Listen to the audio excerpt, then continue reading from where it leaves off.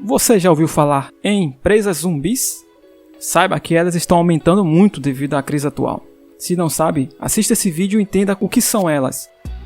Uma empresa zumbi é aquela que se espera que sua receita operacional fique abaixo de suas despesas com juros por um determinado período de tempo.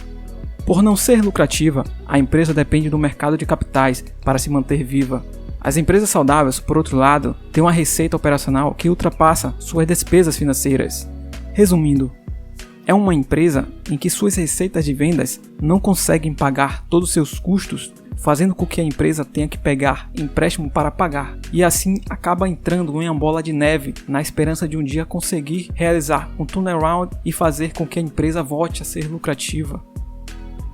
As empresas zumbis são aquelas que normalmente teriam falido ou enfrentado uma reestruturação, mas foram mantidas vivas por uma política de crédito favorável e taxas de juros artificialmente baixas, como é o caso em que estamos vivendo hoje, onde os bancos centrais de vários países estão mantendo juros em quase zero. Para se ter uma ideia, o Brasil está atualmente com uma taxa de juros de 2,75% ao ano, a taxa mais baixa de toda a nossa história. Embora as empresas zumbis sejam mais comumente associadas ao Japão da década de 1990, à Europa pós-crise ou mesmo à China nos últimos anos, suas fileiras nos Estados Unidos têm aumentado há mais de uma década, alimentadas em parte por anos de política monetária ultra frouxa. O número de empresas zumbis explodiu agora por causa da crise que estamos vivendo.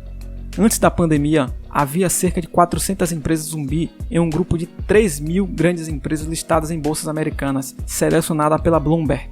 Desde então, o total aumentou 50% e atingiu 600 empresas, um quinto das 3.000 empresas selecionadas no geral.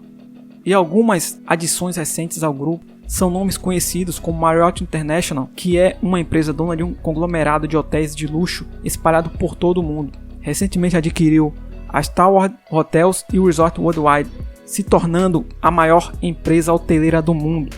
Outra empresa que entrou nessa lista foi a Carnival Cruise Line, que é uma companhia de navegação norte-americana sediada em Doral, um subúrbio de Miami, na Flórida.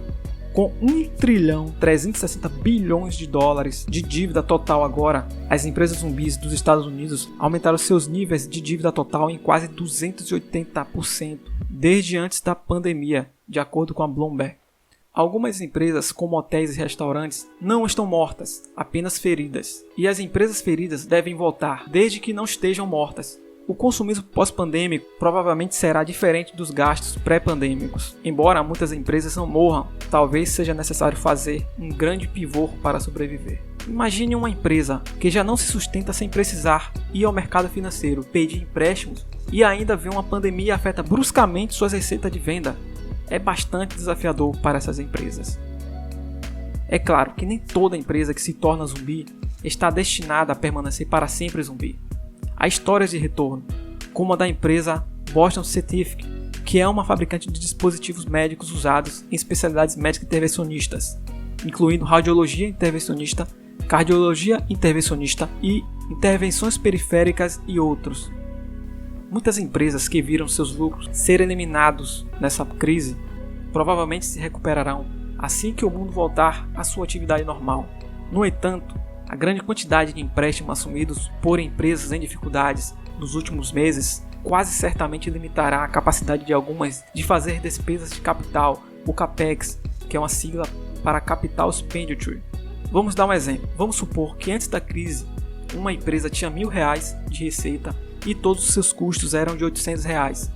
Ela lucrava R$200, porém veio a crise e ela perdeu uma parte de sua receita, mas seus custos praticamente continuaram o mesmo. Então ela teve que pedir empréstimos para se manter viva e poder pagar os seus custos. Se o mundo voltar ao normal e ela voltar a vender os seus R$1.000 e tiver os mesmos R$800 de custo, ela lucraria R$200 novamente. Mas aí que está a fragilidade, porque agora ela tem uma dívida em seu balanço e precisa pagar os juros dessa dívida. Vamos hipoteticamente dizer que a despesa com juros é 250. Isso significa que agora, nas mesmas condições de antes da pandemia, ela teria um prejuízo de R$50, ou seja, agora ela tem prejuízo com as mesmas vendas. A solução seria aumentar o valor do produto e perder competitividade de preços ou diminuir os seus gastos de capitais, que foi o motivo de nós estarmos fazendo esta conta. Mas qual o problema em ter muitas empresas zumbis na economia? Bom, o problema com as empresas zumbis é que ela consome recursos que poderiam ter ido para empresas mais eficientes, reduzindo assim a competitividade econômica geral. Também são um obstáculo para a economia, porque mantém ativos amarrados em empresas que não têm recursos para investir e construir seus negócios, fazendo com que os setores fiquem ineficientes.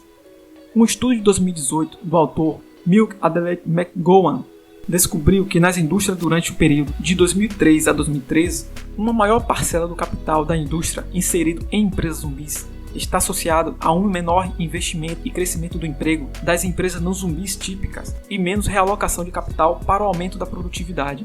E o problema parece que está aumentando. Um relatório da Bloomberg mostra que não apenas as empresas estão permanecendo em um estado de zumbi por mais tempo do que os anos anteriores, mas também cerca de 60% das empresas que conseguem finalmente sair do estado de zumbi, muitas, no entanto, experimentam fraqueza prolongada na produtividade, lucratividade e crescimento, levando a um desempenho inferior. Além disso, as empresas recuperadas têm 3 vezes mais probabilidade de se tornarem zumbis novamente, em comparação com empresas que nunca o foram. Ainda assim, um recente estudo do Fed, Banco Central dos Estados Unidos, usando um banco de dados de 14 economias que remontam ao século XIX, não encontrou evidências de que o boom da dívida corporativa resulte em declínio mais profundos no investimento ou na produção, ou que a economia leve mais tempo para se recuperar do que em outras épocas. Além disso, constatou que não há evidência de que grandes pendências de dívidas corporativas tornaram as economias mais frágeis e propensas a desacelerações menos frequentes, porém maiores. E aí, com qual estudo você fica?